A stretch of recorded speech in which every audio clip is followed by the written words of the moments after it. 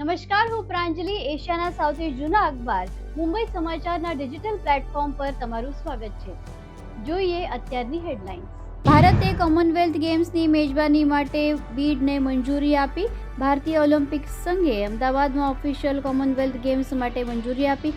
બીજી બાજુ કેનેડાએ બીડ પાછી ખેંચતા અમદાવાદમાં કોમનવેલ્થની મેજબાની માટે તકો વધી. ગુજરાતના મુખ્યમંત્રી ભૂપેન્દ્ર પટેલે હર ઘર તિરંગા અભિયાનના હેઠળ ગાંધીનગરમાં તેમના નિવાસ સ્થાને રાષ્ટ્રધ્વજ ફરકાવ્યો. તો કેન્દ્ર શાસિત પ્રદેશ દીવમાં હર ઘર તિરંગા અભિયાન હેઠળ બાઇક રેલીનું આયોજન.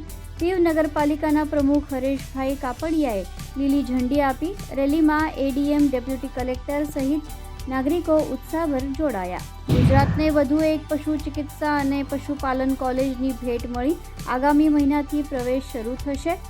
કામધેનુ યુનિવર્સિટી અંતર્ગત હિંમતનગરમાં કામધેનુ વેટરનરી કોલેજ મંજૂર. એસી સીટ પર પ્રવેશ મળશે. જન્માષ્ટમી પર્વે દ્વારકા જતા ભાવિકો માટે સારા સમાચાર. જામનગર એસટી વિભાગ દ્વારા વધારાની 16 બસો દોડાવશે. જરૂર પડે વધુ 51 બસ પણ ઉપલબ્ધ કરાશે.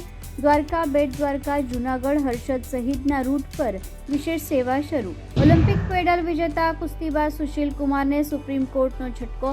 જામીન રદ. 1 અઠવાડિયામાં આત્મસમર્પણ કરવાનો આદેશ. વિજ્ઞાનનો માનવતા માટે ઉપયોગ કરવા વડાપ્રધાન નરેન્દ્ર મોદીનું ઓલિમ્પિયાડમાં ઉદ્ઘાટન સમારોહમાં આહ્વાન.